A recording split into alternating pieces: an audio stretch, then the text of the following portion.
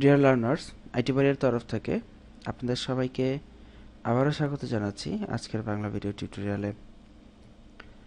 আজকের পর্বে আমরা আমাদের সাইটটাকে জাস্ট আরেকটু লিটল মডিফিকেশন করব।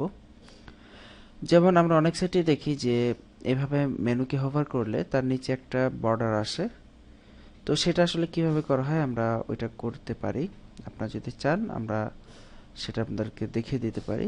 তো সেটাই আসলে আমরা একটু দেখানোর চেষ্টা করি যে ধরেন হোমকে হোভার করলে হোমের নিচে জাস্ট একটা বর্ডার আসবে। তো হোম যেহেতু এলআই এর আন্ডারে, তো বর্ডারটা আমাদেরকে ইউএল এলআই কে দিয়ে দিতে হবে। তো সেই ক্ষেত্রে আমরা মেনু ইউএল এলআই এটাকে জাস্ট আমরা যদি দেই ইউএল এলআই কে যদি আমরা হোভার করি তাহলেই হবে। তো এই ক্ষেত্রে আপনাদের একটা জিনিস খেয়াল করতে হবে যে আমরা এখানে যে গত পর্বে যেটা দেখিয়েছিলাম যে ড্রপ ডাউনের জন্য যে সিএসএস গুলা, সেই সিএসএস গুলা যেন আলাদা থাকে। আলাদা থাকলে আপনাদের মানে প্যাচ লাগবে না।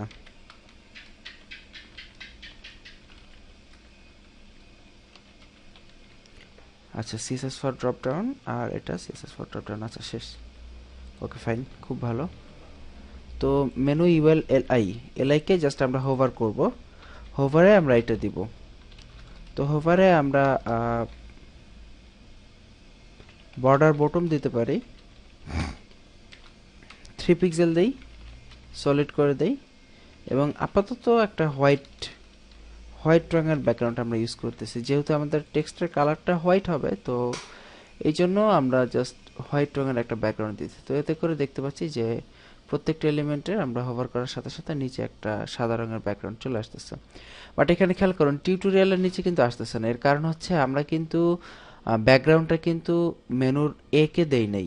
কোনো মানে মেনুর কোনো এলিমেন্টের এ কে কিন্তু ব্যাকগ্রাউন্ড দেই নাই, ব্যাকগ্রাউন্ড কিন্তু দিয়েছিলাম মেইন মেনুকে। তো এই জন্য এই নিচের এলিমেন্টটা উপরের দিকে ঢুকে আছে, বাট দুইটাই কালো রং হওয়ার কারণে আমরা বুঝতেছি না। তো এই জন্য আমাদের এই ইউএলটাকে আমরা একটু সরিয়ে দিব। যেমন এখানে যে ইউএল আছে, তো এটাকে লেফটে তো এতটুকু আছেই। তো এটা হোভার হওয়ার পর যেটা আসবে সেটাকে আমরা টপ থেকে একটু সরিয়ে দিব 35 পিক্সেল। একটু সরিয়ে দিলে হবে কি, এটা এলিমেন্ট একটু নিচের দিকে নেমে আসবে। তো নিচের দিকে হয়তো অনেকটা নামছে, আমরা আর একটু নামাই, 50 পিক্সেল করে দেই। হ্যাঁ, 50 পিক্সেল করার পর আমরা দেখতে পাচ্ছি আমাদের এটা দেখা যাচ্ছে।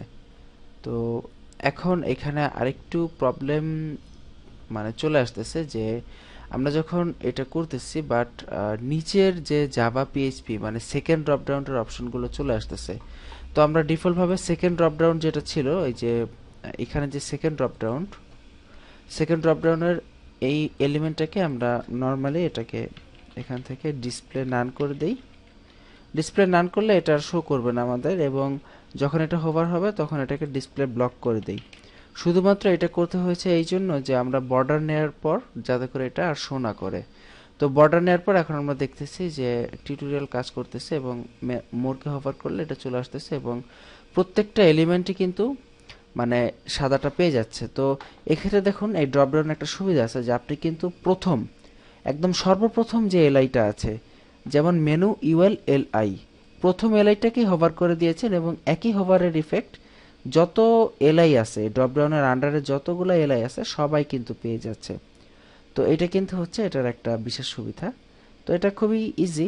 আপনারা চাইলে এই জায়গায় সাদার পরিবর্তে অন্য যে কোনো রং আপনারা ইউজ করে আপনারা দেখতে পারেন। তো আশা করি এই পার্টটুকু আপনারা বুঝেছেন যে কিভাবে নিচে বা উপরে আপনারা এরকম একটি সাদা রং নিয়ে আসতে পারেন। আমরা এভাবে উপরে যে ইফেক্টটা দিয়েছি সেটা কিন্তু নিচেরটার জন্য দিতে পারি। তো উপরেরটাই তো বর্ডার বটম দিয়েছি, আমরা নিচেরটাকে বর্ডার টপ দিয়ে দেই, তাহলে এটার উপরের দিকে একটা করে ছোট্ট বর্ডার চলে আসবে। তো দ্বিতীয় যে মেনুটা সেটা, হ্যাঁ, এই যে মেনু 2। তো এই ক্ষেত্রে একই স্টাইল আমাদের যেটা করতে হবে, মেনু 2 ইউএলএলআই হোভার, আর এটাকে আমরা বর্ডার টপ 3 পিক্সেল সলিড সবুজ রং দিয়ে দিলাম। দেখি, হ্যাঁ, এই যে দেখুন সুন্দরভাবে কিন্তু এটা বর্ডার সবুজ রং আমরা যেখানে নিয়ে যাচ্ছি চলে আসতেছে। তো এই গেল একটি ছোট্ট এডিটের একটা ছোট্ট ব্যাপার। আশা করি আপনারা সবাই বুঝতে পেরেছেন যে এটা কিভাবে করা হয়। অবশ্যই প্র্যাকটিস করবেন কিভাবে এটা নিয়ে আসা হয়। তো ভালো থাকবেন সবাই। আগামী টিউটোরিয়ালের আমন্ত্রণ জানিয়ে আজকের মতো এখানে বিদায় নিচ্ছি। আল্লাহ হাফিজ।